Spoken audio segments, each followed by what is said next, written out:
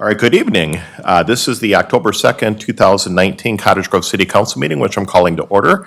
And our first order of business this evening is the Pledge of Allegiance, so please rise.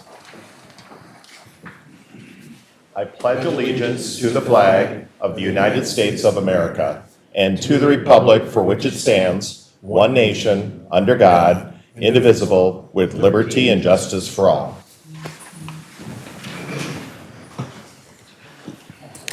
All right, will the clerk please do the roll? Or in this case, Neil. Councilmember Mills. Here. Councilmember Dennis.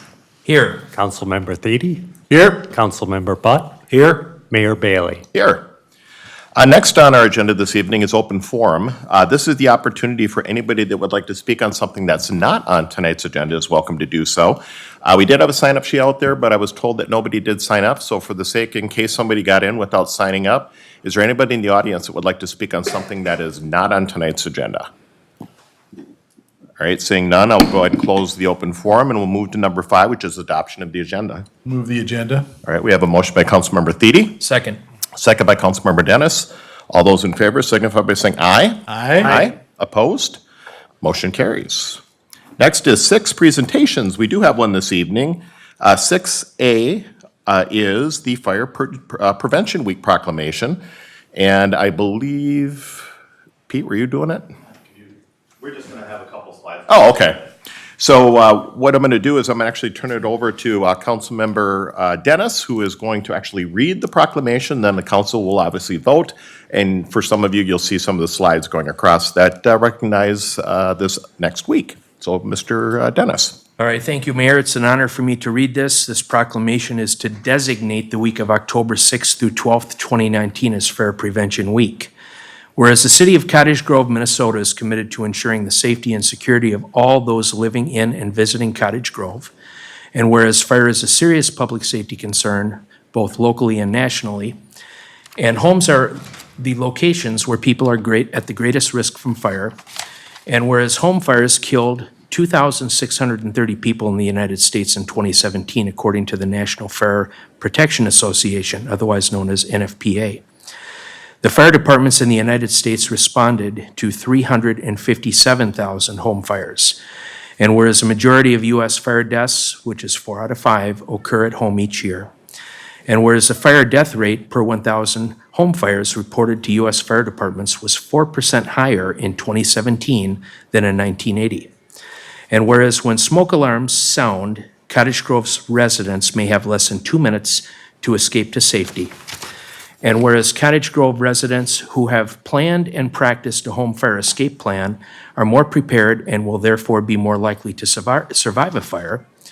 And whereas Cottage Grove's residents should make a home escape plan, drawing a map of each level of the home showing all doors and windows. And whereas Cottage Grove's residents should practice the home fire escape plan with everyone in the household, including visitors. And whereas Cottage Grove's residents should practice the home fire escape drill at least twice a year, during the day and at night. And whereas Cottage Grove's residents should teach children to escape on their own in case adults can't be there to help them. And whereas Cottage Grove's residents should make sure that everyone in the home knows how to call 911 or the local emergency number from a cell phone or a neighbor's phone. And whereas Cottage Grove's residents should practice using different ways out.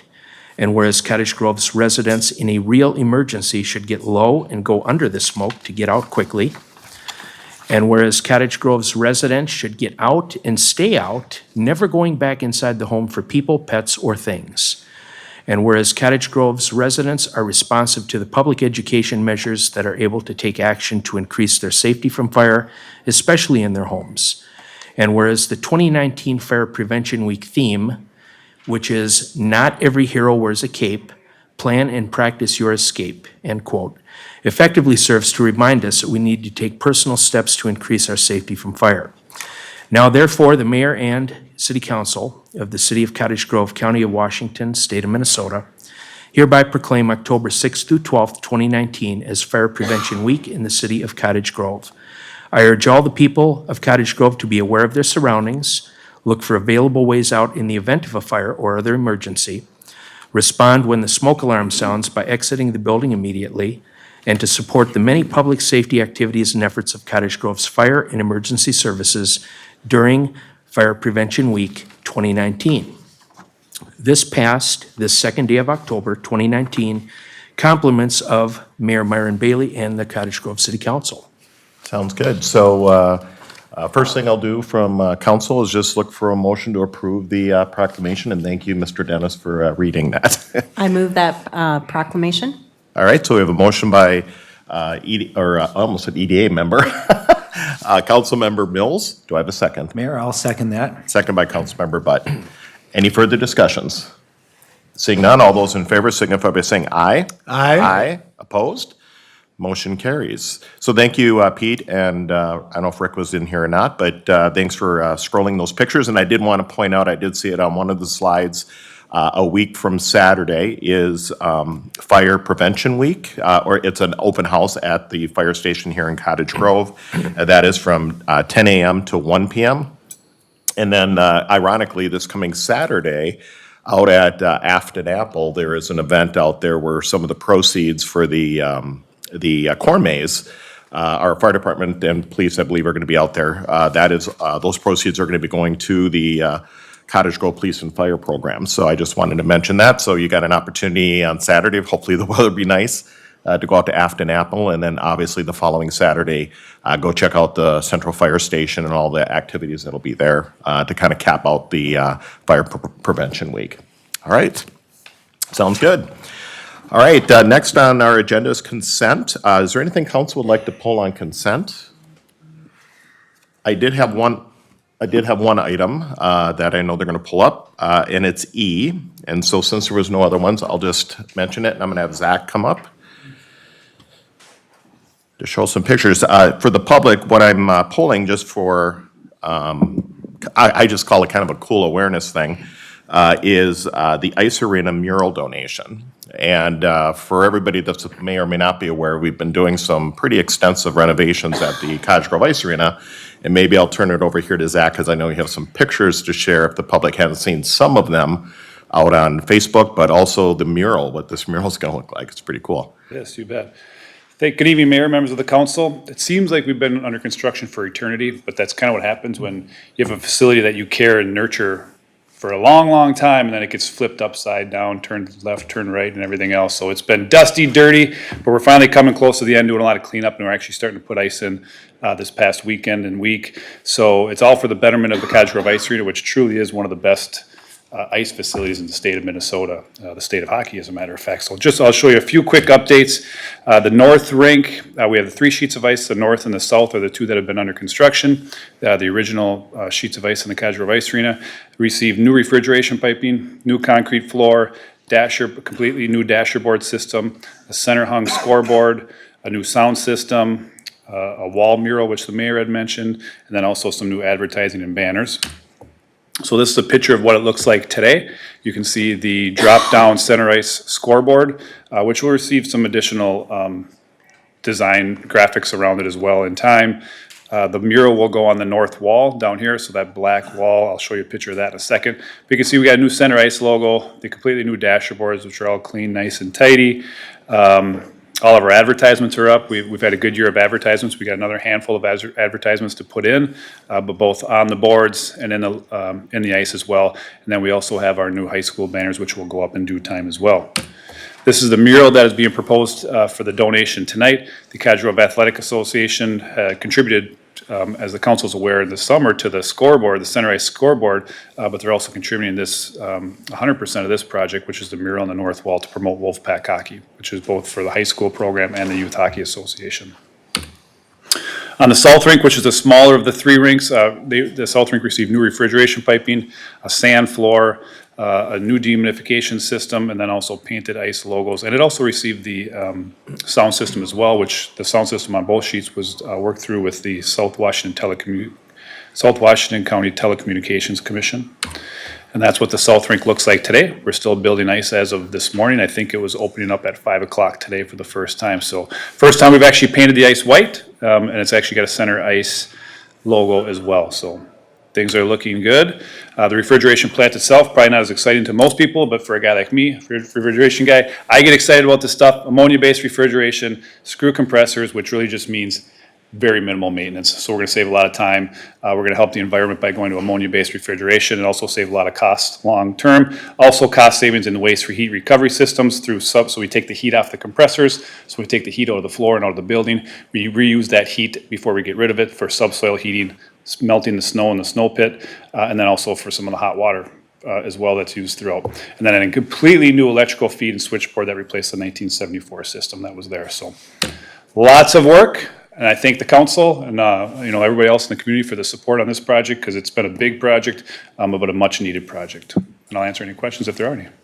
Any questions, council? The only thing I mention is very impressed by the Athletic Association, the Hockey Association, for obviously the tremendous donation of money for that center ice scoreboard.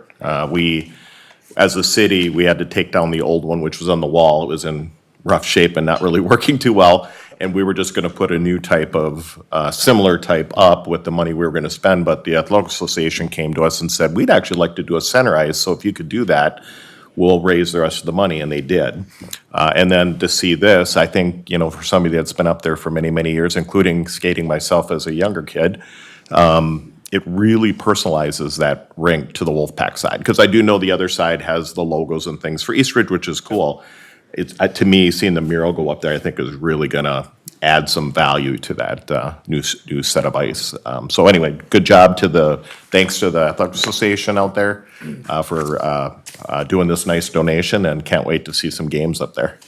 Thank you. So, all right. So with that, if there's nothing else that anybody wants to pull or talk about on consent, I'll look for motion to approve consent. Move consent. All right. So we have a motion by Councilmember Thiede, Second. second by Councilmember Mills. Any further discussion? Seeing none, all those in favor signify by saying aye. Aye. Opposed? Motion carries. So if you were here for anything on tonight's consent calendar, all of those items have been approved. Moving on to number 8, which is approved disbursements. 8A is to pay the bills. Motion to pay the bills. We have a motion by Councilmember Dennis, I'll second that, Mayor. second by Councilmember Butt. All those in favor signify by saying aye. Aye. Aye. Opposed? Motion carries. Next is 9, public hearings. We do have one this evening. A is the Summers Landing Second Edition, Vacation and Discontinuance of Permanent Drainage and Utility Easement. And Ryan Burfine, you're going to take us through this. Thank you, Mr. Mayor, members of the council. As mentioned, for the public hearing, we'll be looking at the vacation of a handful of easements on 3 lots that were originally platted in the Summers Landing Second Edition. You can see on the screen in front of you, it's the lots that are highlighted in red. And what this was is the developer identified a few just minor errors with those lots, with their plat that they originally had. And to correct that, they replatted them in the 3rd edition, which is the lots on the right in green. So it's basically the exact same lots.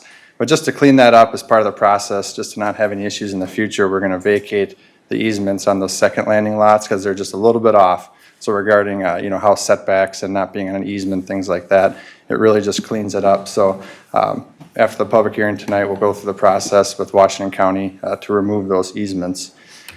In front of you tonight are the 2 recommendations. The first is to hold the public hearing, but also answer any questions the council may have.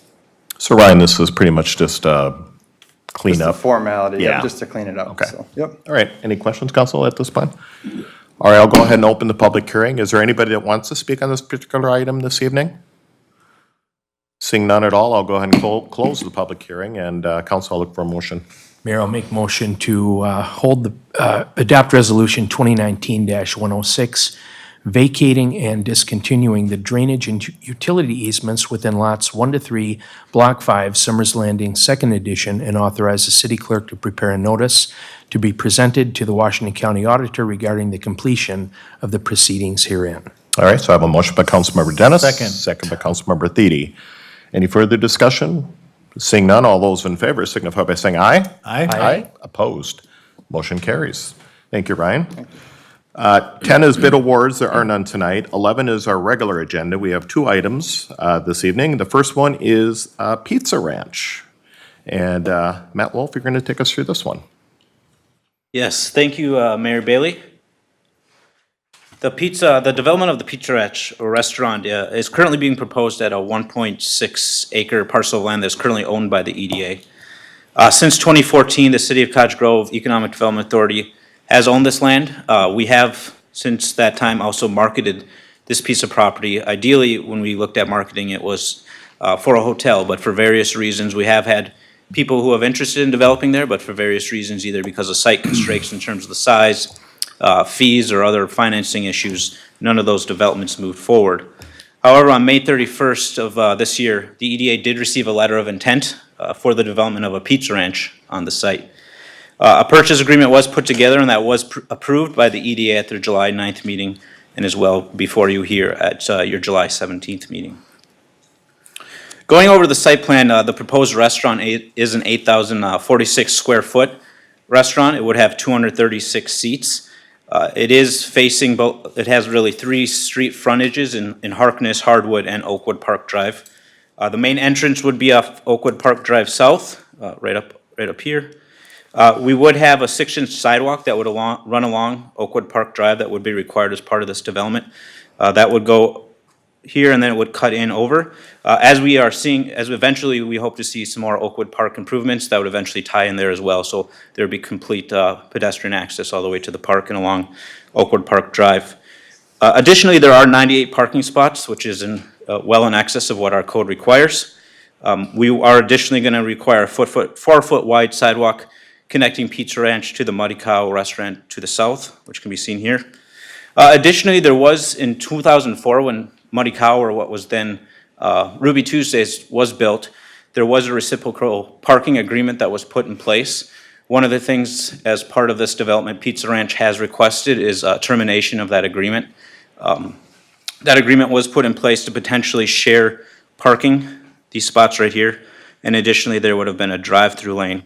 As both restaurants do have the required parking per our ordinance, we see no issue with terminating the agreement, and Muddy Cow has agreed, as has Pizza Ranch, and so that is before you tonight as well.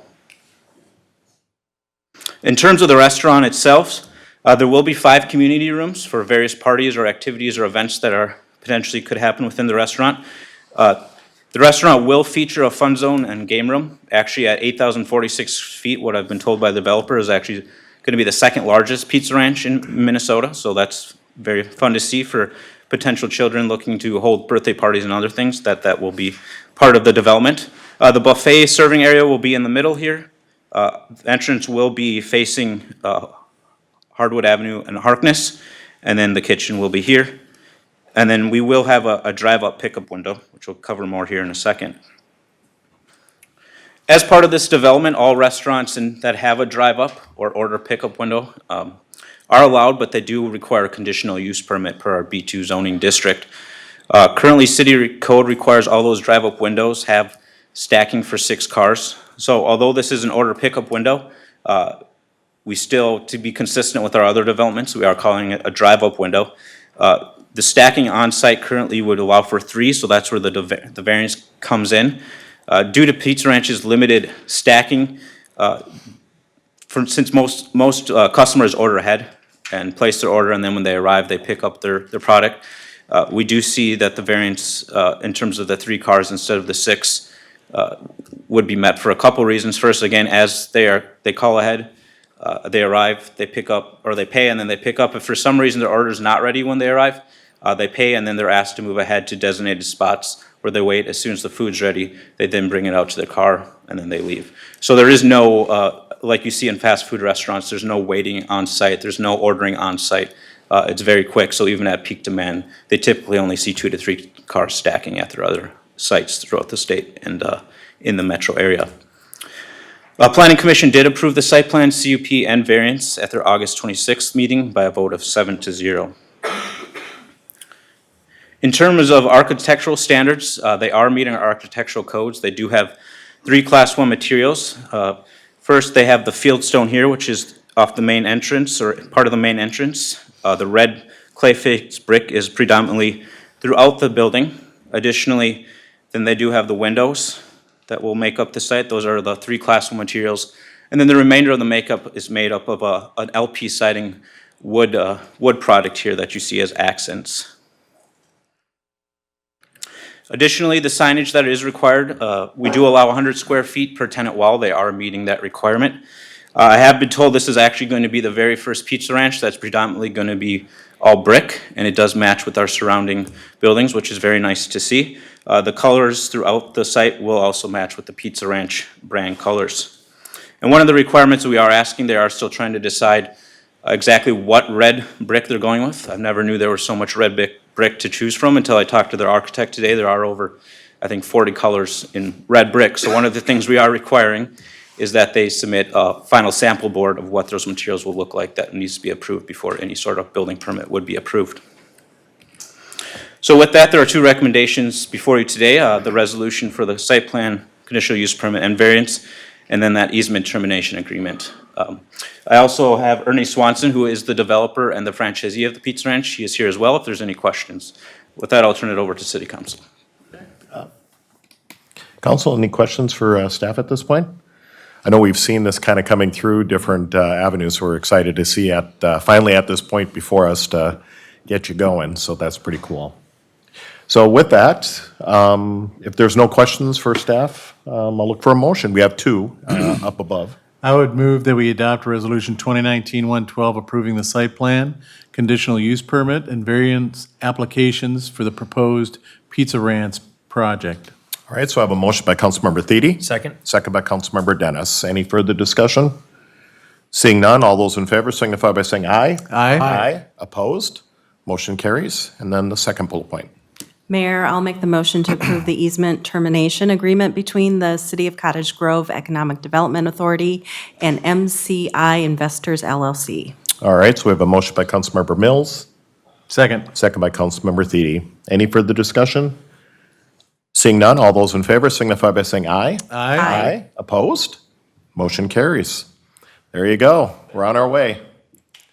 Yes, we agree with you. Thank you. All right. Next on our regular agenda this evening, Council, is B, which is High Point Multifamily Residential Concept Plan. And I know we have a couple different staff members that are kind of walk us through different pieces of it. And I think we're going to start with Mr. John Burbank. John? Thank you, Mayor, members of the council. It is a concept plan review before us tonight. The applicant is D.R. Horton, and they do have representatives here in the audience this evening. The site is 14.4 acres located in the far northwest corner of the community in the West Draw neighborhood. Looking at the property, there's a variety of different things going on. There's some wetlands on the property, a little one identified up in the north here. There's an existing homestead and associated accessory buildings. There is public right-of-way that was dedicated through the Altman School plating process. It's adjacent to 65th Street and then Geneva and Goodview Avenues. The land use for the property is it's guided medium-density residential in our 2040 comprehensive plan, and the property is guided currently AG2 agricultural. So when they come before the city with the next step in the application process, which would be rezoning and plating, you'd see this discussed again. With the concept plan, there's 98 residential units. There's 18 buildings that range from 4 to 7 units. They're all clustered differently depending on the number of units in the building. There is private on-site parking, which is double what's required for our ordinance, and then these are private streets, 24 feet in width. In terms of the setbacks, what they're proposing with the concept plan is 25 feet along the east, west, and south property lines. What the code calls for the R5 zoning district would be a 25-foot 50-foot setback from any residential zoning classification, but with that, the public right-of-way is included. So with this proposal you're seeing before you, it would be met the 50-foot setback. One of the things that we've talked about in our proposing is that a 75-foot average buffer be along 65th Street. So Mr. Burfine is going to be discussing some of the additional right-of-way that would be required to be dedicated through the plating process. And with that, we would look for those setbacks and buffer area to be from those new right-of-way lines that are platted. through a planning process. With any type of project, we're dealing with stormwater management. There are an existing wetland and a new pond proposed on the site. They have had their wetland inventory completed, and the watershed district's looking at that. Rate control and infiltration, as with every project, are the ponding needs that we'd be looking at, and then putting buffers around those wetlands that have been identified. As with every project, we look at parks and open space and plan trails.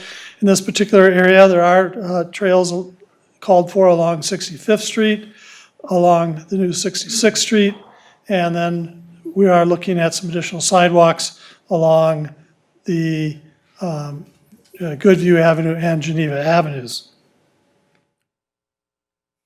Here's a detail of that. So the blue would be public sidewalks. The orange would be links to the private sidewalks to the public sidewalks. The orange are ones that we've identified as additional connections that make sense for the internal pedestrian component to that site. With the architecture, they are two-story tuck-under garages. There's 2 or 3 bedroom options available.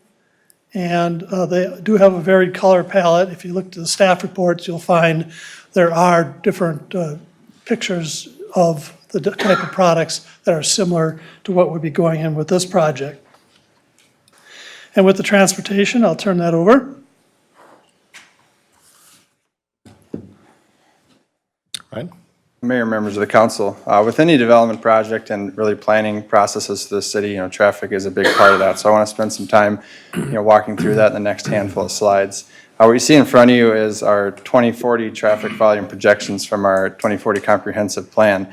And what we do with that is we have transportation analysis zones. The city's broken up into 13 different zones, through Met Council. And we use that in our land use that's guided in the 2040 plan to look at future traffic projections. On the screen in front of you, the black is the current existing traffic and the red is the proposed 2040 traffic volumes based on the land use and the growth that we're expecting. So we're always looking at this. Traffic's a big part of planning throughout the city and making sure we have the needed right-of-way, and we're also planning for improvements once they're needed. And you can see right now it's about 2,200 cars a day on 65th Street. This is what we call a major collector road. It's really just, within the city. It starts over by Inwood Avenue, 65th Street does, and it does connect down to Hastings Avenue and Newport. A little different than like a 70th Street that's a cross-county, arterial roadway connecting into Highway 61 with an interchange. So, fairly typical traffic volumes for that type of roadway. You can see the 3,050 is what we're anticipating for 2040. And when we do those traffic generation, we're fairly conservative. We're always looking more at the high end of what we expect because you don't want to be short-sighted. If development's slower, if something changes, maybe the traffic numbers are lower, but that's not a problem. But we don't want to, be short-sighted and shoot too low on what we're projecting for that roadway. Also did a quick just traffic volume, what we can anticipate from this type of development. So with multifamily units, the rule of thumb is 6 trips per unit per day. With 98 units, that's 588 trips. There's been some discussion about, it used to be single family guided, and what's that comparison? And with single family, you actually have 10 units or 10 trips per unit per day. So it's actually more traffic per home because you've got more people in the home, more cars, bigger garages, things like that.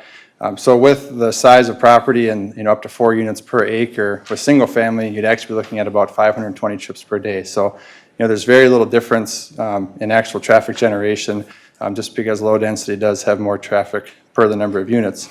I also want to caution that this traffic goes different directions. That the 588, once again, probably a conservative number, doesn't automatically increase that 2,200 by that amount. The cars are going in different directions. Some of those trips might be right to the middle school, so they wouldn't even be on 65th Street. Some might go up Century into Woodbury, and then you can go each direction on 65th Street. So it's not automatically increasing, one section of roadway by that amount. Also, John discussed briefly the right-of-way needs. What we're looking at with this development is along 65th Street, based on the classification, the county's looking for 120 total foot width of right-of-way. So it'd be 60 feet on this side of the property along 65th Street. Also for Geneva Avenue, we've got an existing easement of 33 feet, looking to dedicate that as right-of-way just to clean that up. We'll also be looking at Goodview Avenue. There's some discussion about adding a missing sidewalk segment. That could be either through a small portion of right-of-way or like a sidewalk easement on the east side of the property. And this is typical with any plating process. We're always looking at the future needs and how much right-of-way we'll need in the future. Also talk briefly about the 65th Street project. So this is in 2017. The city did the 65th Street, Goodview Avenue, 66th Street, Geneva Avenue improvements with the new roundabout. This is a very large project planning for that middle school. The middle school had its own traffic study done, to make sure the improvements that we were putting in were adequate. There was mostly paid for by the middle school. They were the school district, I should say. They were a large part of that. Also some city funding, but also there were assessments to the benefiting parcels. One would be this parcel, which I provided to the council, the deferred assessment, a waiver that they signed, $133,000 that would be paid, for roadway improvements from this parcel. So it is something that, they've already contributed, you could say, to the transportation networks in the roadway, and that includes 66th Street and Goodview Avenue as well. Finally, we had a meeting with Washington County, Newport, and Cottage Grove staff that was held yesterday. We talked about this project, some of the concerns that have been brought up regarding, traffic along the roadway, crash histories, different things like that. So I got all of our staff together in a room to talk about this. It was a really good meeting, and we had a few action items that came out of that meeting, mostly things that the county will be looking at. They're going to take a look at those Olton Middle School traffic patterns. So we had some assumed patterns, before the development. Now that the school's in place, they're going to take a look and see what's traffic actually doing, just to make sure it's, routing the way we anticipated. County's also going to meet with school district staff. They're going to talk about their internal routing, pickup, drop-off, things like that, and does it have impacts to 65th Street? I know our public safety department met with them as well, and they're going to speak about that in just a few minutes. Also, the county is going to begin discussions with the South Washington Watershed District in regards to that large ravine. It's in the northwest corner of the intersection. We do know that that's really close to the roadway. When we did that 65th Street project, we did look at how could we build a roundabout there if it's needed in the future, mostly by shifting it a little bit further to the east to avoid it. But there are options to put that ravine in a pipe, so that way we can move around, have more flexibility with that roadway and any future improvements. So they're just going to kind of start having those initial discussions, knowing that any improvements to the intersection is quite a long ways out. County maintenance staff also said they would take a look at the Geneva Avenue intersection, look at the sight lines, is there any brush or trees that they can clear to help improve what is there today.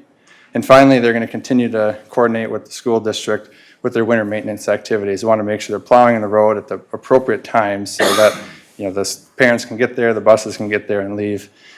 This is a priority route for the county. They did indicate that to us. They do pre-treatment on the hill and they use magnesium chloride. So they really do what they can today already to hit it as good as they can, given the winter conditions. And with that, I'll turn it over to public safety to talk about traffic.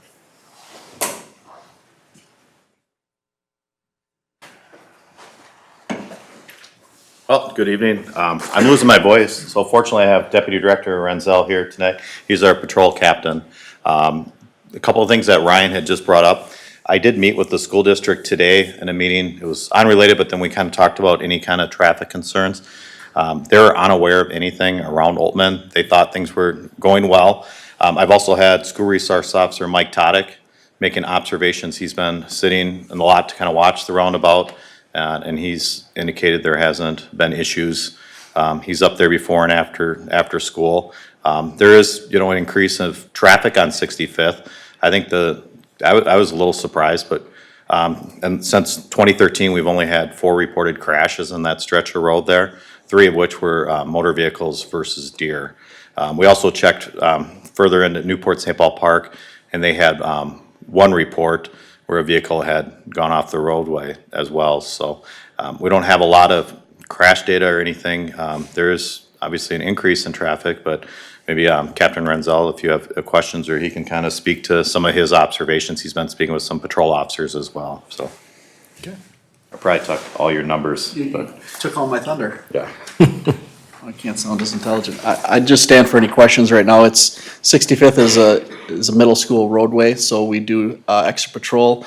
Matter of fact, we on the middle school and the elementary school, our officers are in that area quite a bit. So We do travel along 65th quite often comparatively speaking to even other roadways. So our schools are our priorities during the school year, so we're really out and about on those roads a lot. So there hasn't been no marked increase or issues with traffic volume or concerns relative to the schools or 65th.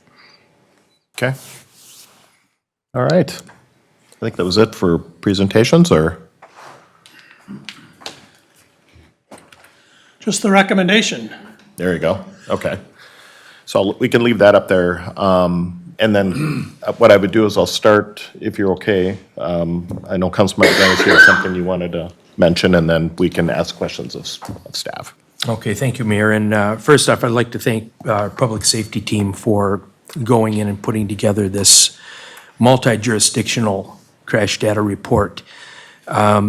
There was also a truck, I guess, that did slide off and went into a tree, but that was in a different position. But, you know, thinking of the number of trips to and from on this particular road, one that actually I drive on a very regular basis. One of my favorite restaurants to eat breakfast happens to be in Newport. And so I make that trip myself at least twice a week, 52 weeks a year. And so I've been there, I've driven all different conditions, wet, dry, cold, hot, snow-packed, ice, bare pavement, et cetera. And just in all those times I've been there, I've never seen an issue on that particular hill.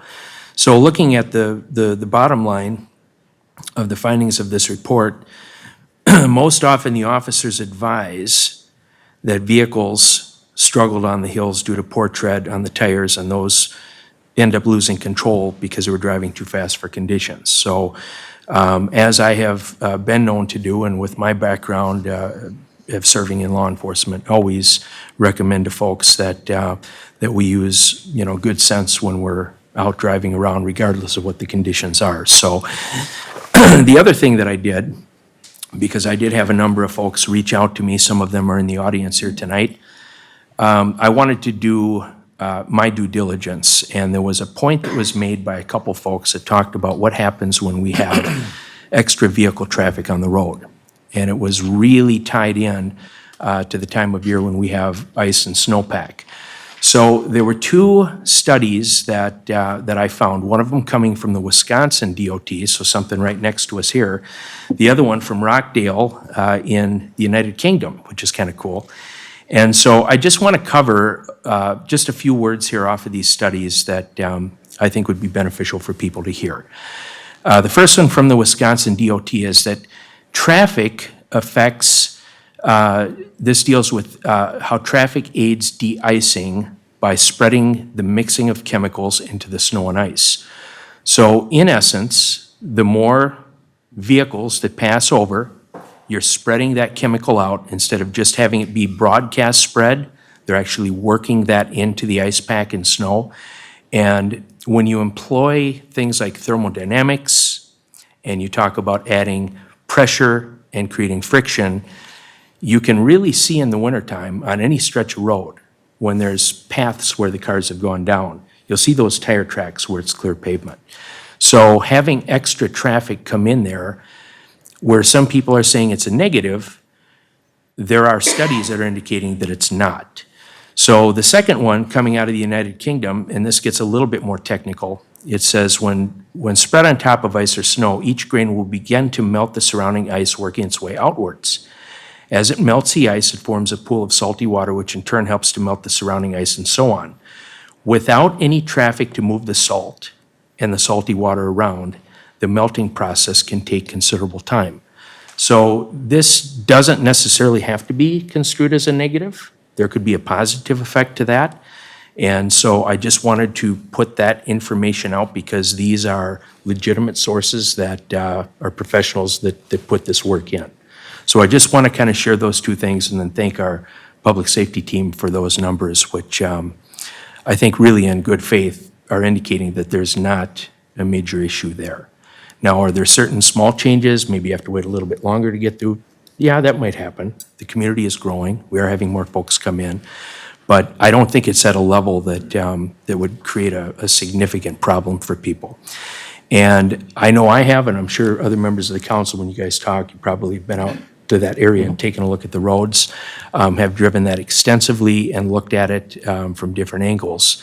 And, you know, I'm just not seeing where that concern is coming from. So just for my 2 cents, I wanted to share that and some of these details here that are relevant. Thank you. Thank you. Councilmember Thede, you had a question maybe for staff?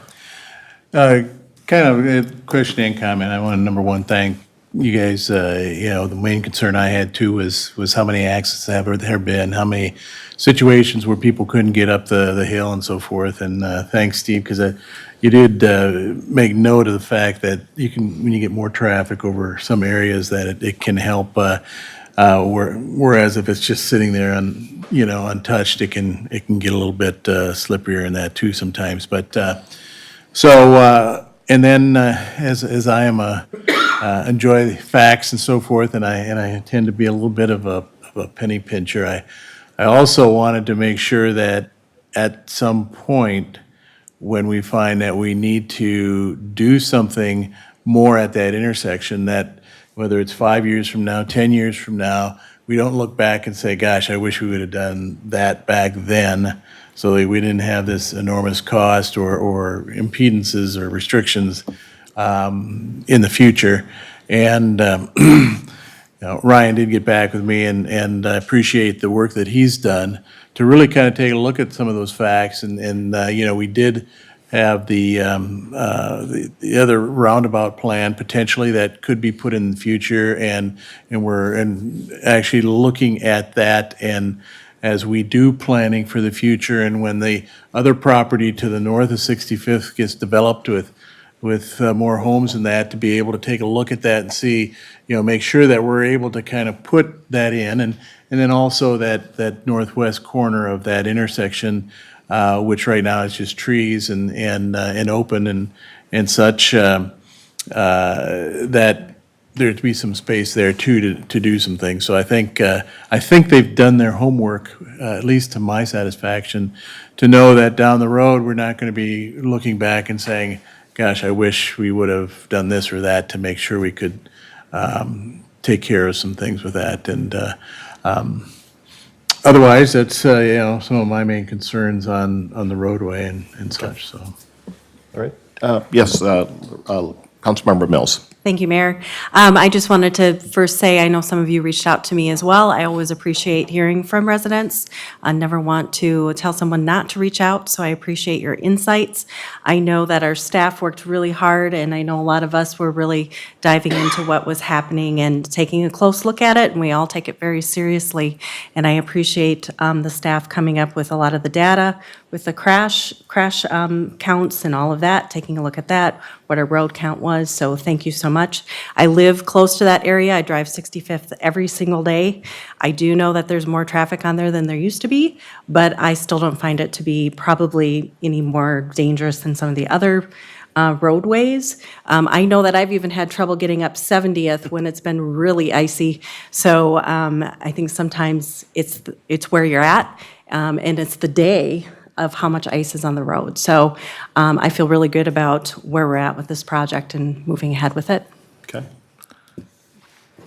Yes, sir. Councilmember Butt. Yes, Mayor, Mr. Burbank or Mr. Burfine, can you go back a couple slides? I wanted to look at Oltman School there with the ball fields. I didn't get a guesstimate on how many parking spots were gonna go there and what that traffic flow is gonna cause when they finish out that. The slide? Yeah, that's it. That ball field.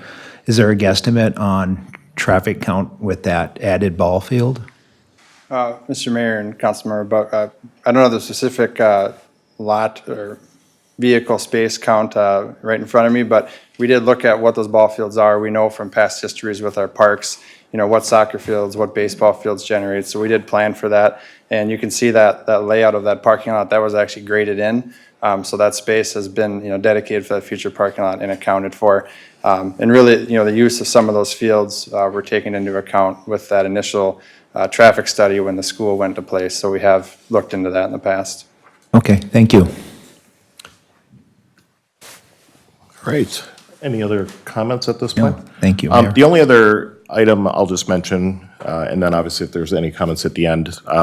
Just so the public knows, because I know I see some people here that I've recognized and I know a couple of the council members mentioned that we've gotten some letters and done some responses. A couple of the other items that were on the responses, or the questions that were out there, was about the change of zoning, I think, was one of the comments that was, or questions that was asked. And again, if you take a look at that property that was up on the screen a little bit ago, before Ryan kind of switched it back there, or John, everything does change within our city. It has for many, many years. I mean, where I live currently, not too far from here, used to just be farm fields and rural residentials. And things, as the years change and developments happen, the city is kind of expanding outward. In this particular case, when the school district decided to put in Oltman Middle School, and then, of course, we did the sliver there, which would be some ball fields and such for future opportunity for parks, it created this, I'll call it almost a remnant parcel, which is a decent-sized parcel, but it's pretty much landlocked with roads on all four sides. And so when the council was looking at the comprehensive plan, looking forward, a lot of the discussions, which I think there might be a request out there by somebody looking for that feedback, and you'll be able to see, matter of fact, in our packet, there's pages and pages of when the comp plan discussion started to where we are today with where all of this came about, and what were some of the changes that we made throughout the city from a density standpoint. So one of the things that we as a council have asked our staff to do was to take a look at our opportunities to change up some of the densities around town to create what I guess I'd call is life cycle housing. One of the challenges we've been hearing, especially from our younger citizens, if you will, younger people, is they can't jump right into a house. And if I hear anything, it's always that the houses are about $500,000, so you can't just get out of high school or get out of college and buy a house. So they want a place, they want to stay local, and they don't have those options.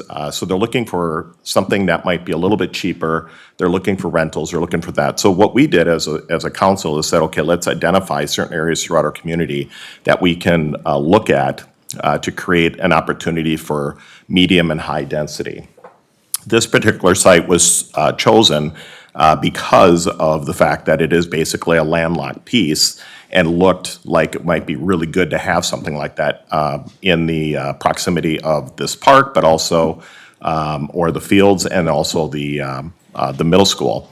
And I again, also wanted to mention, because I know one of the comments that was mentioned to me was there's no other area in our community that had rural residential properties abutting medium density. And actually what I would share with you, because I had to think about it when the question got brought up to me, hardwood. Matter of fact, we'll be talking about a project at a workshop tonight where actually a certain part of hardwood has been moved from rural residential to high-density residential, and then the rest of it is actually medium density, which is what this one is located at. And so we are having to look at the properties as a total within the community to see what makes sense and where we can put some of these projects, and not necessarily to have them all clustered into one area, but having some medium densities, and we do that already throughout our community.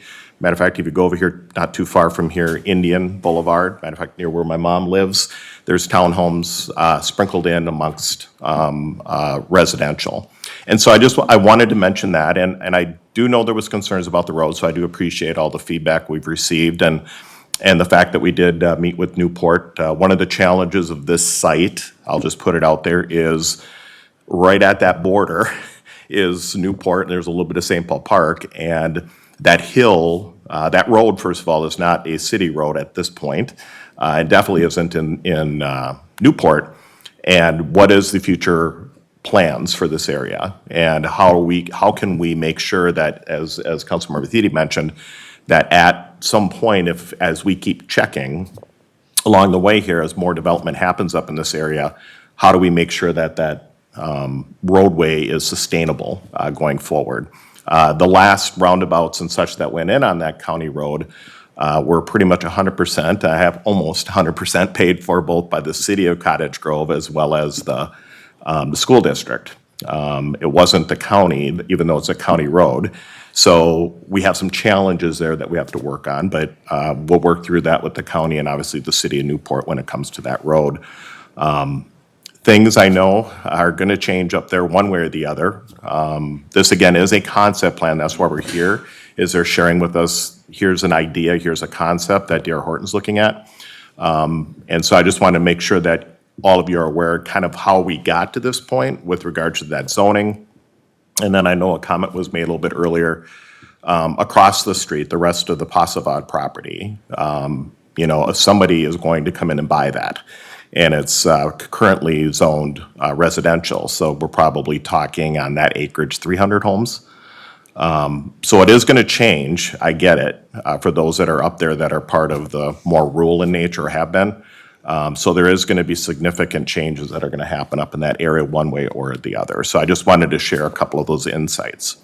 So the other thing I will share with the group, because I do see some faces in here, I did get a chance, and I think most of the council got a chance to watch some of the Newport City Council meeting where some of you had spoke. So we were able to kind of get an idea, which is why some of this information that we had heard, both from the Planning Commission, but also from Newport, why we were able to address some of the things that maybe came up there to share with you kind of how we're seeing it and looking at the data specifically.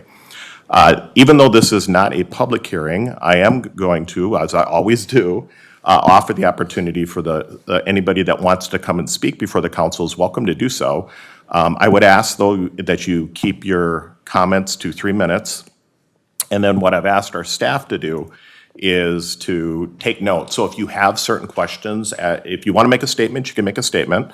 But if you have a certain question about something, what I would like to do is have our staff kind of take some notes. And then once we get through the people that have spoken, should they decide to speak, we'll go back to staff and have our staff answer those questions. Okay? So with that, is there somebody that would like to speak or start to speak? Thank you. And then again, I know who you are, but you just state your name and address for the record, please. Richard Light, 6192 65th. I'm the 2% that paid for the other roundabout. You're the Besides city. 2%? I'm the 2%. You said almost 100. My concern is if you go to the 2040 plan and if you could pull up those numbers, the traffic numbers there.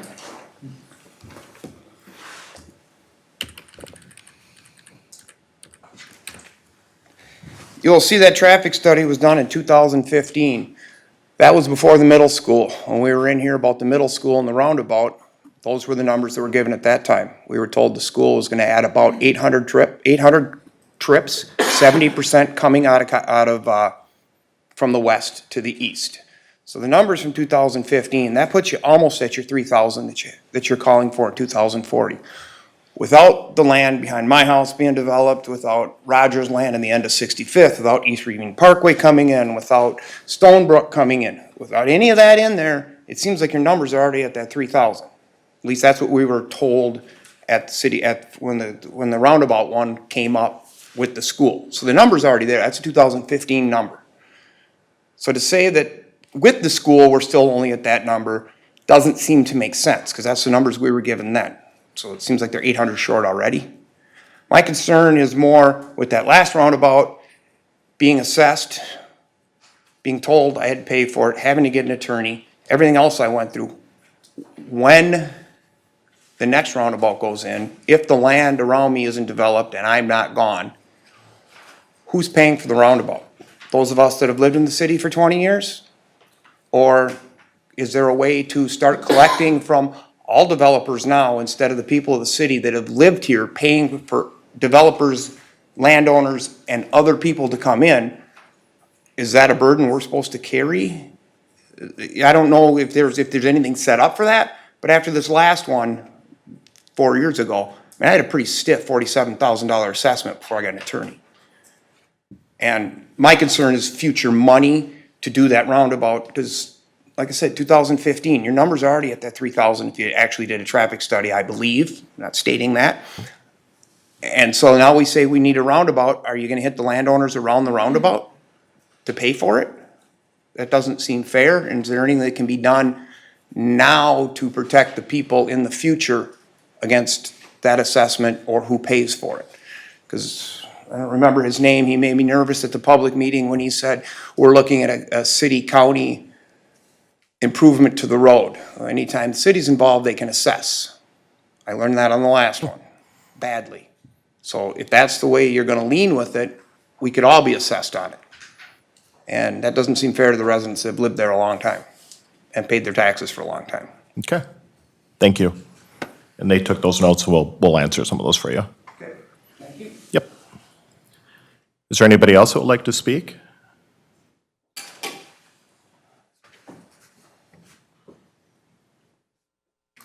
My name is John Coyman. I live at 6749 Geneva Avenue in Cottage Grove.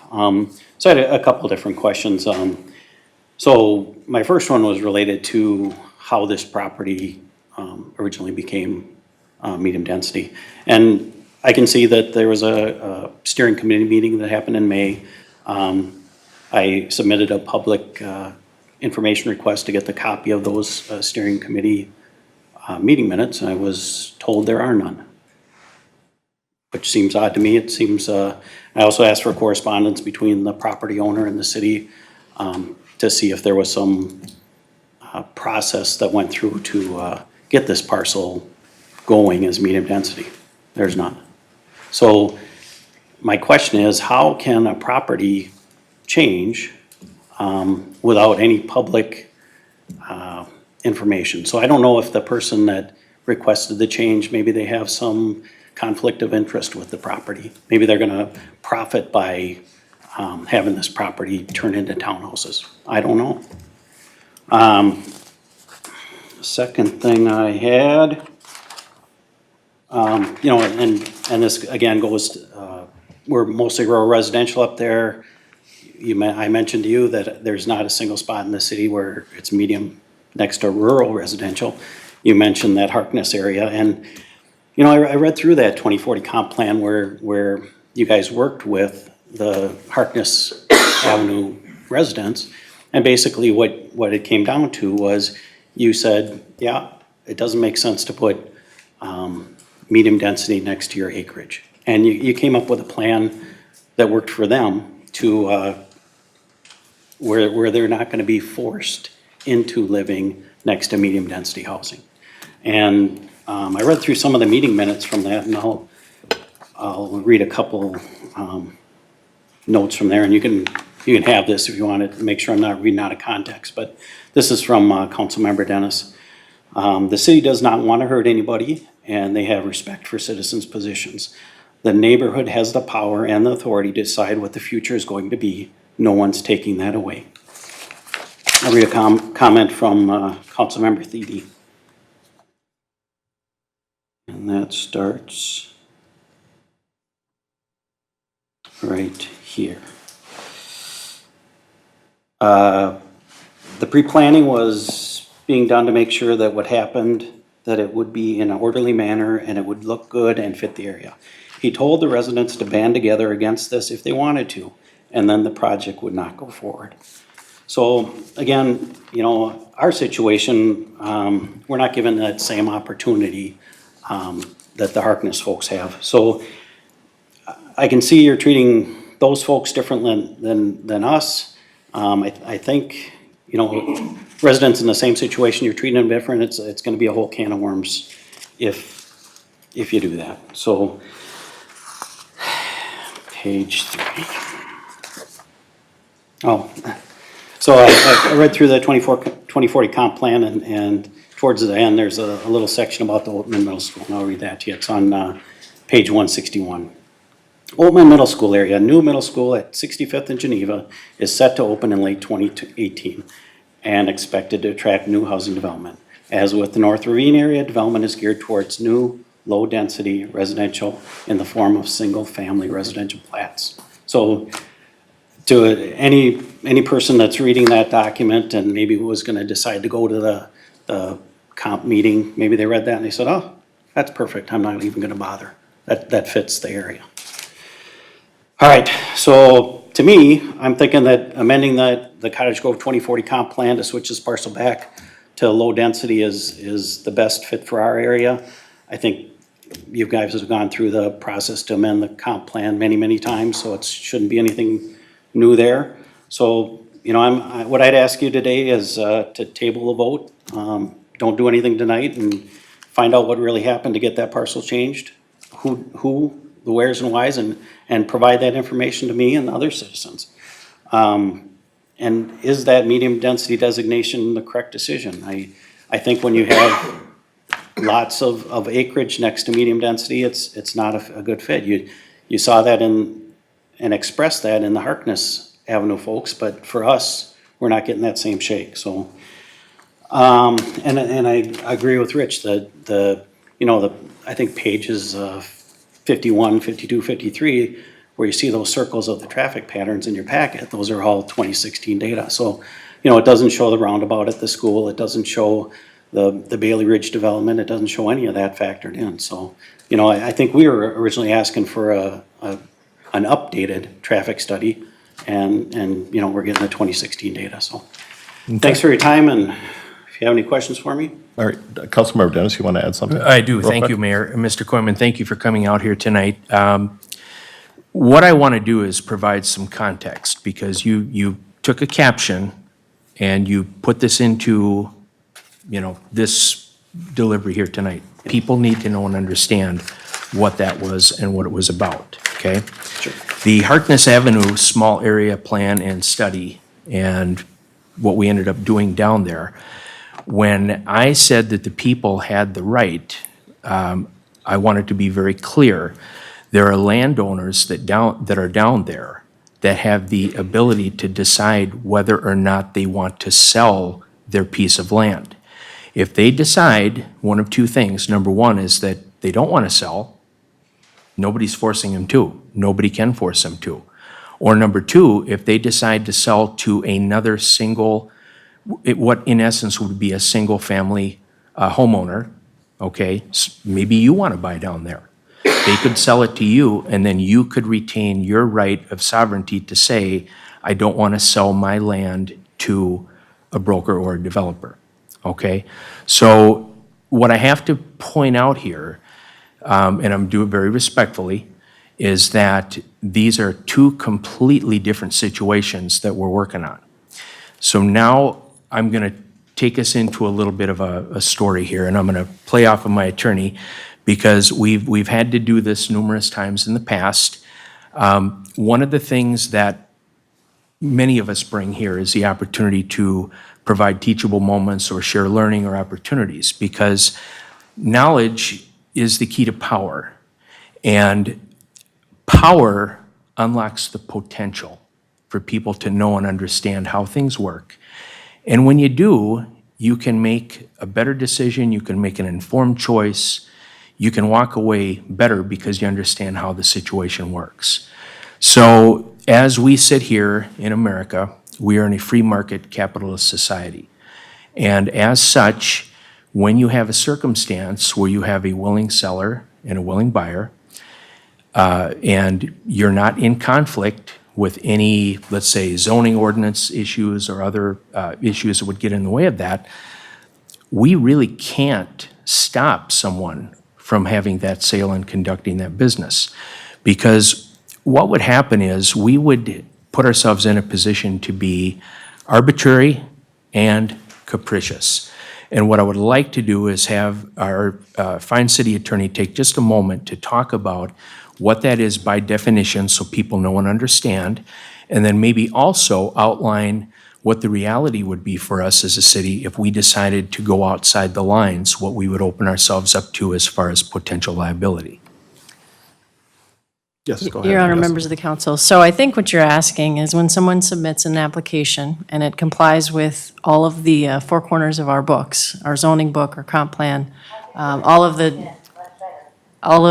documents that the city council has approved, then you have a duty to apply the rules and regulations, and if it complies, you have a duty to approve it with findings of fact. Failure to do that is considered by the court to be arbitrary and capricious, meaning you have no factual basis for what you're doing. You're doing it because it's emotional, it's based on It might be testimony presented at the public hearings that swings your vote in such a way that is not supported by the facts. It's more of a feeling. But in order to deny something legitimately and have it upheld, you have to have findings of fact, not findings of feelings. And so you're absolutely right that if someone presents something to you and it fits within your policies and your regulations, you must approve it, and failure to do so could result in litigation, and you probably will lose. Okay, thank you. And most likely we would, because the way courts tend to view these matters is they might look at you as a single property owner and say, well, you know what? The gentleman thought in good faith he was acting the right way, and he tried, he didn't really understand the rules, that type of thing. But for a city, we're held to a much higher standard because we have paid expert professionals that are on our staff that have education, background, and experience. And we have a municipal law firm that works to support us in the decisions that we make. And we go through a multi-step process along the way of employing all kinds of citizen volunteers that act in advisory capacities on our commissions, that weigh in on these matters, that all have their areas of purview. So by the time things do finally come to the council, in many instances, we've had technical review committee, which is professional staff look at this. We've had maybe consultation with outside firms that work with us, and we have legal review. So we really are in a position, where your heart of hearts might want to take you and say, God, I'd really love to work with this guy and help him out. The problem that you run into is this, and I know we've got on our side, I think we've got, five properties, five property owners that are affected by this change. We've got over 13,000 households in the community that we have to be stewards and protectors and make good, solid business decisions on behalf of everyone, play to the greater good. That doesn't mean we're always going to make everyone happy, but we are between a rock and a hard place at times, because what we have to do is ensure that we don't drive the bus off the road and get into an accident. So that would come back, we would be sued, we would lose, we'd have to pay court costs. I mean, to go to trial, it's $1,000. $350 an hour, we're paying out of taxpayer money, 350 grand just to go to court. We get in there, the judge looks at us and says, you guys did the wrong thing. Now you're paying this court cost here. Now you're going to possibly have financial penalty to pay on top of that, damages. All the while, that's the hard-earned money that our taxpayers have funded here so that we can have a community, a nice community to live in. And in good conscience, I mean, how do I do that? And you don't want me to do that. So the thing is, I think very respectfully understand what you're saying, and I wish it was some magic wand that we could wave to do it. But at the end of the day, we have to follow process, or we get ourselves potentially into a whole lot of trouble. And then the other question that I had at the beginning of your statement, you made an assertion about, if you wouldn't mind going back, you made an assertion about somebody who would personally benefit by having this development happen. Could you please explain that for us? Let's say a friend of the Posavads was on the steering committee meeting, and they said, hey, let's switch this property to medium density. I've got, my relatives are gonna put townhomes in, and it's gonna be great for them.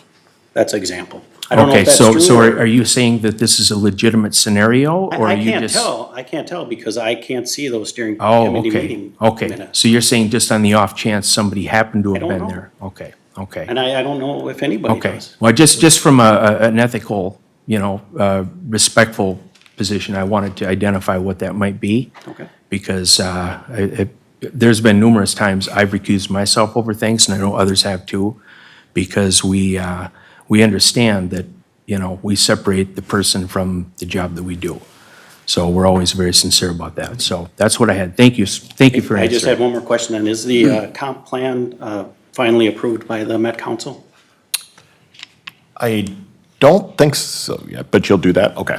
Yeah, I think it's still it's finalized, but I don't know. But we'll have her Okay, speak to that. But if it hasn't been finalized, you could come back and say, hey, we made a mistake on this property, let's switch it back to medium density, then you're not running into the the issue, or I'm sorry, low density, and you're not running into the issue of not being able to reject a townhome situation because it is set at that density. Is that right?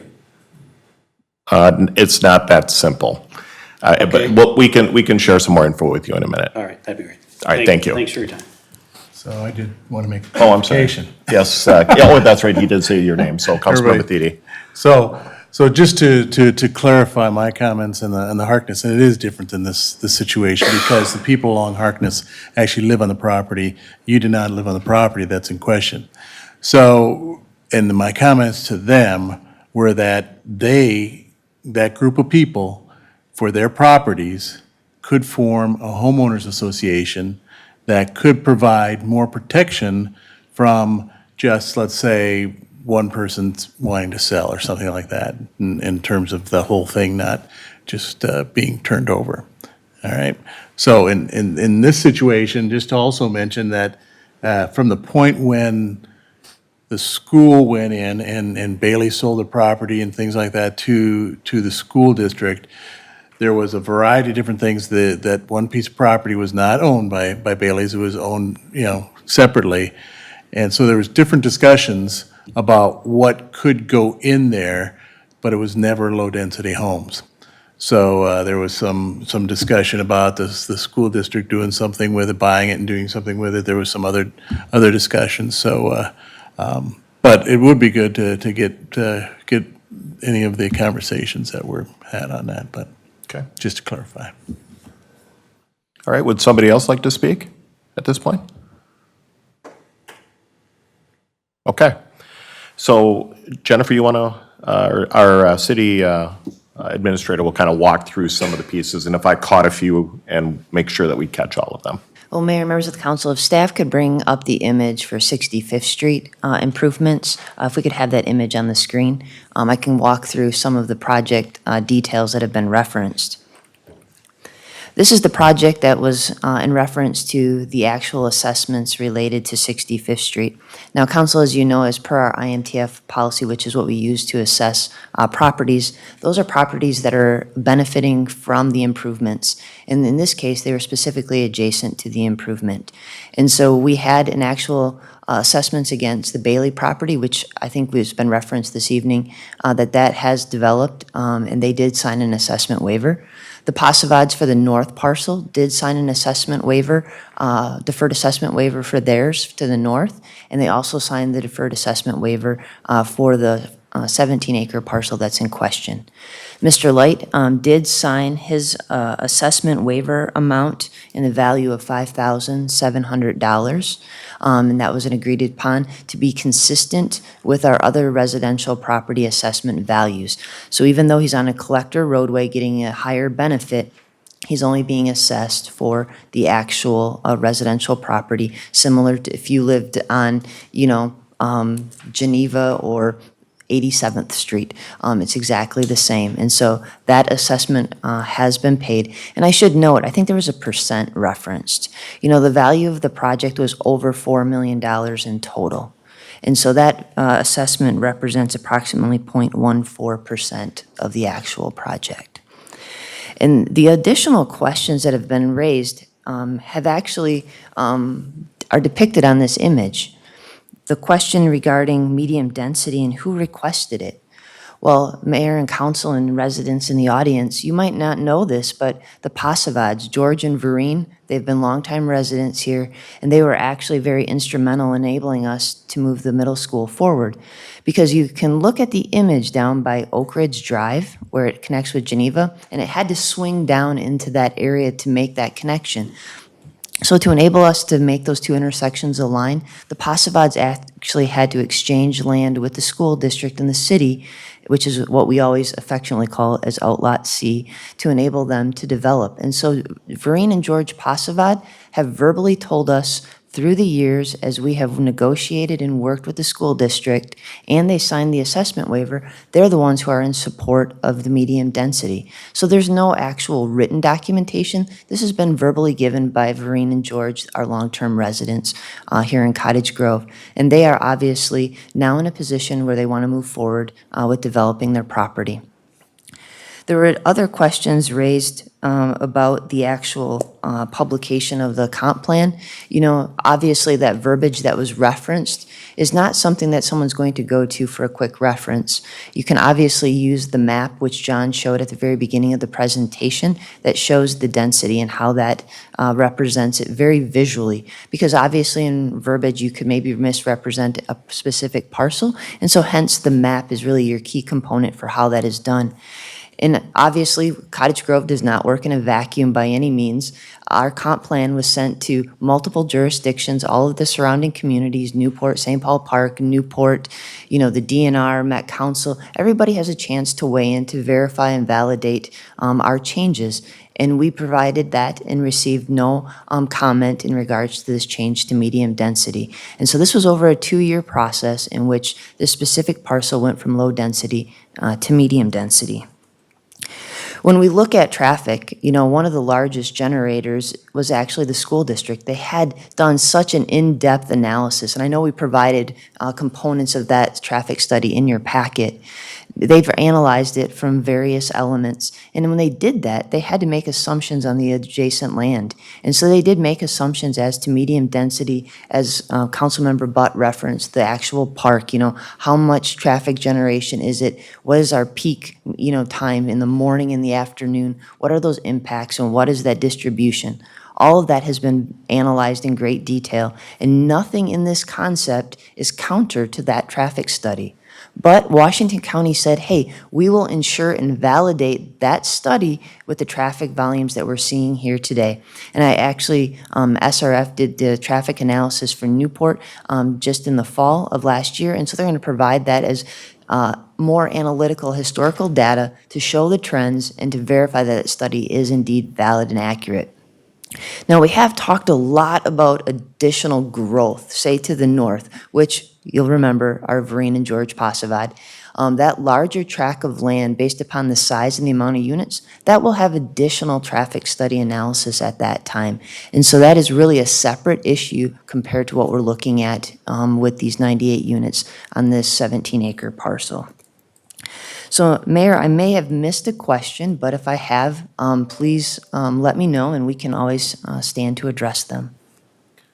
Jennifer, and I don't know if it's you or staff, you know, I know the one comment was made about the assessment piece. I know, just so I'm clear, and I guess so the public is clear, when we do assess somebody on a major road, in this case, a county major road, and they get assessed, they're assessed at like a residential level. They're not assessed for the full value of the road. Because I know we've had that situation where people have asked that in certain areas of our community because they're on a 80th Street. Yep. And 80th Street costs a lot more to do that road than, say, you know, where I live on, you know, Jasmine. So the fact is that the amount of the assessment in this particular case that was being brought up was specific to a single-family residential, correct? Yes, Mayor, and you're absolutely right. 80th Street is a prime example. You know, when we redid the road from Ideal to Jamaica, you know, right there by the fire station, there's some single-family property that had access, and we charged them the same amount. So they're not charged for the actual value of the total project cost, but a residential equivalent for the improvement. So they're all equitable when it comes to that. And there will be no additional assessments to this residential property because they've already paid once for the improvements that have been made in front of their property. Okay. And then the other question is, and I think one of the questions that was brought out there was about the traffic. So what you're saying is the county is if I think I saw our notes on it too. So the county is going to go back out and validate just to make sure that the numbers that were referenced are actual true numbers. And Mayor, I think there was one other question about the status of our comp plan. Oh, yes. I'm sorry. We did make our submittal to the Metropolitan Council. They did provide us a variety of feedback that we had to respond to. And so we are anticipating that we'll make that resubmittal here in the coming weeks, and then that will trigger the formal 60-day process for them. And then we anticipate that we'd have an approved comp plan by the 1st of January. And that's typical, though. Absolutely. Okay. All right. Council, any questions at this point? All right. So, obviously, we had some of the homeowners that were speaking on this particular item. And some of the questions that were brought up, we're going to be getting some data back. And I just want to be very clear so that the owners or some of the people that did speak too, know that the intent of this meeting is a concept. They're providing us feedback. I didn't give the opportunity for D.R. Horton to offer any comments or anything if they would like or no. It's totally up to you. And then just state your name and address for the record, please. Good evening, Mayor and Council. I'm Deborah Ridgway with D.R. Horton. We're at 20860 Kenbridge Court, and that's in Lakeville. We're just here to listen to feedback. We appreciate all the feedback, and so our next steps would be to look at the staff's feedback and any council comments, and meet with staff before we prepare the preliminary plat application. Okay. But thank you. Perfect. The only one, and I think John touched upon it, the only one comment I was going to ask, because I can't remember, I thought somebody had reached out to me that lived kind of off the Oak Ridge Drive there. The plan, and I'll say this to you and then maybe to John, so as you guys are coming up with, should this be approved to move forward, what's the type of buffering that's going to be along Geneva? I mean, is there a way, because I think, John, you talked about maybe a berm, and being that across the street there in Oak Ridge Drive, it would be more rural residential, bigger lots. What's the site going to look like when you get towards, or what can we do to, I guess, make sure that it's well screened? Mayor, members of the council, if you look to the code, what it describes within that 50-foot setback area, that it include berming and dense vegetative screening. So it'll be up to the applicant through that planning process to identify those additional screening areas within the setback areas as a part of the planning process. So again, it's kind of too detailed for a concept plan. Yes, It's that I next figured that. step once you get to the development stage. Perfect. Well, and that's the reason I bring it up now, because she was asking for some feedback. So if the council approves to move forward with the concept or the idea, I just want to make sure that they take a look at that corridor through there to make sure that there's a good amount of berming or landscaping, so that since there is two distinctive different type of zoning in these particular areas, it would be nice to be able to see that nice and screened. Okay? All right, thank you, John. Council, any other comments or requests for either the applicant, the citizens, or staff? Okay. So we're left with, there is a recommendation that staff has provided to us. Obviously, we took some feedback in, and we do have some information that we're going to be getting, I would assume, before the actual plat would come back, or the proposal. So, Council, it's up to you. What would you like to do? I'll make motion, Mayor, to adopt Resolution 2019-113, approving the concept plan review proposed by D.R. Horton for a 98-unit, 18-building attached unit residential townhome development to be called High Point, that would be located on 14.4 acres of medium-density residential guided land in the southeast corner of 65th Street South and Century Avenue/Geneva Avenue. All right, so I have a motion by Councilmember Dennis. I'll second. Okay. Go ahead. I'll second that, All right, Mayor. we'll do a second by Councilmember Butt. Any further discussions by council? All right, seeing none, all those in favor signify by saying aye. Aye. Opposed? Motion carries. All right, council, that was it under regular agenda. So now we'll move on to council comments and requests.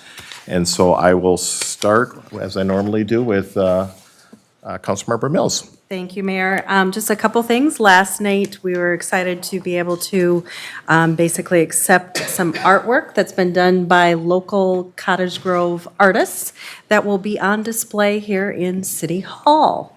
And so I'd like to invite my colleagues here and all the public to come out on November 12th as we kind of display the art and have hopefully the artists attend our Arts Commission meeting.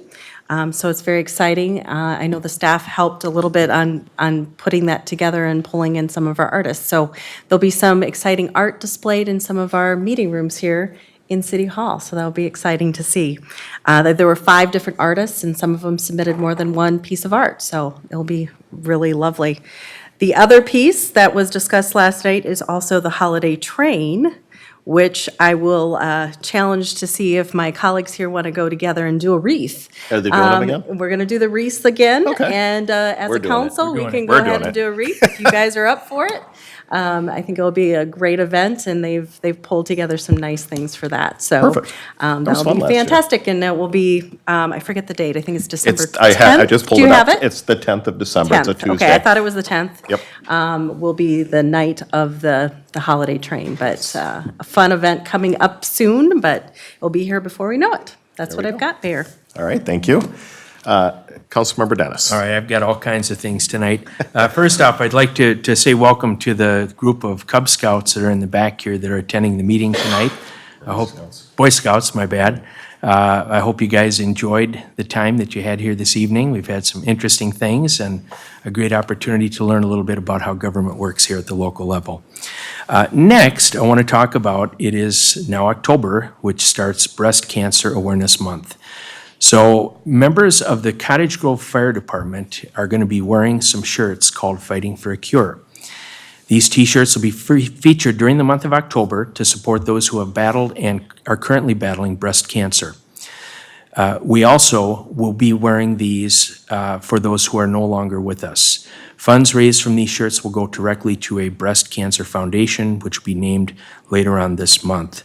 And I'm very happy to say that the fire department has planned to offer an exclusive T-shirt for sale to the public. And I think you'll find all that information on the city's Facebook page and probably the city's website as well. So I just want to hold up a shirt. Yeah, you can do that. Yep, and she's going to get right in there for us. This is an example of one of the nice shirts that they're wearing right now. And it has our Cottage Grove fire logo on the front. So very, very nice job on behalf of everybody in our fire department. It's always amazing how these folks give back to the community. So next I have an announcement for the best spaghetti offered here in Cottage Grove. And it's something that I love to bring up every year. The Acacia Lodge number 51, otherwise known as the Masons, are holding their annual spaghetti dinner Saturday, October 12th from 4 to 7 p.m. This is an all-you-can-eat affair with spaghetti, garlic bread, desserts. They'll also have coffee, milk, and lemonade. Adults are $8, kids 12 and under 5, and if you're under 3, you can eat for free. And the Acacia Lodge is located out at 11094 70th Street South, Cottage Grove, right adjacent to the ball fields we have out on Lamar and 70th. And so if you haven't done it, please check it out. Money is raised, goes to great causes, and like I say, you just won't get better spaghetti anywhere. And then I have something else that I want to talk about, and I actually feel compelled to talk about this. When I ran for council back in 2014, there were a couple people that were very instrumental to me in helping to form some of the ideals that I embodied. And one of the people is sitting in the room here tonight. And so I want to just mention being respectful, being open, being transparent, and honest with the community is a really, really important thing to do. And it should always be at the forefront of what we do. And it doesn't really matter if we are public servants or civil servants. It shouldn't matter at all. We had a deal that we talked about here tonight, the High Point Multifamily Residential Concept Plan. And so what I'm going to reference specifically is we had a sister city get involved in the process. Folks from our area and some of their constituents went there and talked. And I'm personally disappointed that the staff and some of the elected officials there did not take the time to share with people how things work, to teach them how the law is affected, to do what's necessary to empower people to understand and make good choices. What we try to do here, and I've talked about this before over the years, we try to sell happiness. This is our home. It's where we live. We want this place to be good for everybody. And it's not just something that we say. We work hard to do it. Our staff team works hard to support and do this every single day. So I'm very proud of the work that we do and our staff team, of the way that we approach the job of sharing information, honest information, and always being transparent in a respectful way. That's really important to me. So I just had to say it because this has been kind of gnawing away at me. We work very hard to have great relationships with the other cities that surround us here. In fact, Cottage Grove is instrumental in providing a number of key services to help the smaller cities to be successful too.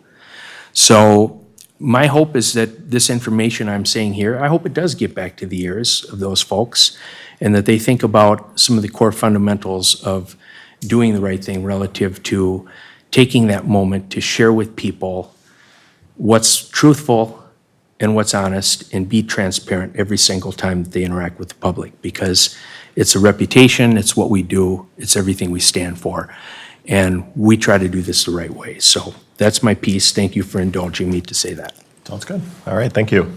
I'll go down to Mr. Butt. Okay, thank you, Mayor. Just a few things. Number one, as the current president of Cottage Grove Area Chambers of Commerce, we've got a couple things coming up here. Number one is October 8th, Business After Hours. It's going to be hosted right now tentatively at Broadway, but that may change, so keep an eye on our website for the destination for that Business After Hours.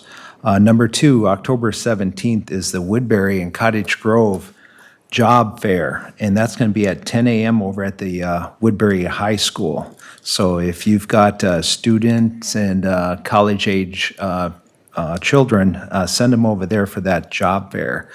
Finally, I hope everyone goes to the voting booth on Tuesday, November 5th to vote for my friend here, Justin Olson, because the next morning at 6:45 a.m. is the, down at River Oaks, is the local prayer breakfast, and that will be held at 7 a.m., but seating's at 6:45. So November 6th down at River Oaks. And just know that if you're a veteran, you're going to eat for free. So please RSVP for that, as veterans can eat for free down there. That is all I have. Thank you. All right, thank you. Councilmember Thiede. Well, I'll just mention about the Strawberry Fest Monster Bash Parade on October 26th, starting at 10 a.m., going on the typical path from the Administrative Center for the school district down to Applebee's in the Service Center for the school district. And otherwise, just keep supporting the River Oaks and all the events that they have. And I think things have been going really good out there because of everybody's use of the services and the events that they put forward. So I guess that's all I got. Okay.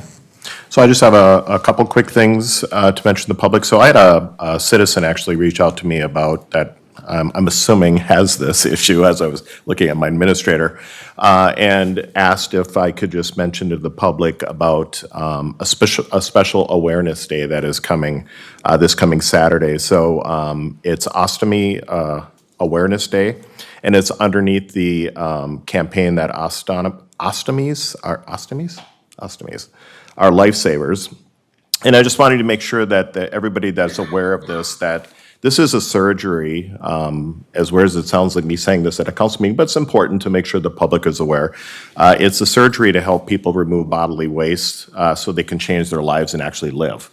And the surgeries are described as life-restoring procedures, and over 1 million Americans have had this type of surgery. And she wanted for me to be aware and for the public to be aware that this coming October 5th is a day that is being set aside to let everybody know what this is, and what the impact that it can have on the lives of others that may have this issue or could develop this issue into the future. So I just wanted to mention that on behalf of one of our citizens that brought that subject to my attention. And then two other items, since we're talking about some events that are coming forward. One is this coming Friday is the Parkway Homecoming Parade and football game. Hopefully the weather will be good. And I did want to mention that there's a few of us that are alumni that actually, I think there's 3 of us. Well, I know there's another one there. Pete, are you riding with us in the parade? He goes, no. So I know our Senator Bingham and our council candidate Justin Olson and myself are actually going to be riding together in the parade as different years of alumni.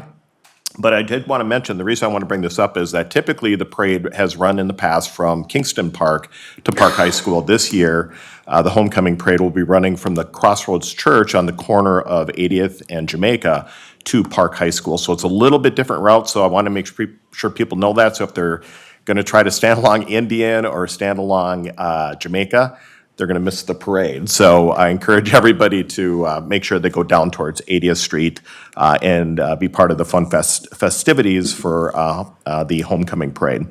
And then I wanted to mention one other pretty cool thing that we get to grand open or a ribbon cut on October 15th.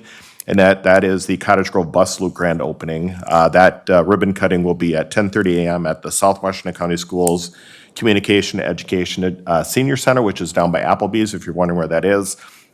This is the mayor's moment for the month of October is going to be relative to this and speak to this. It's basically for $3.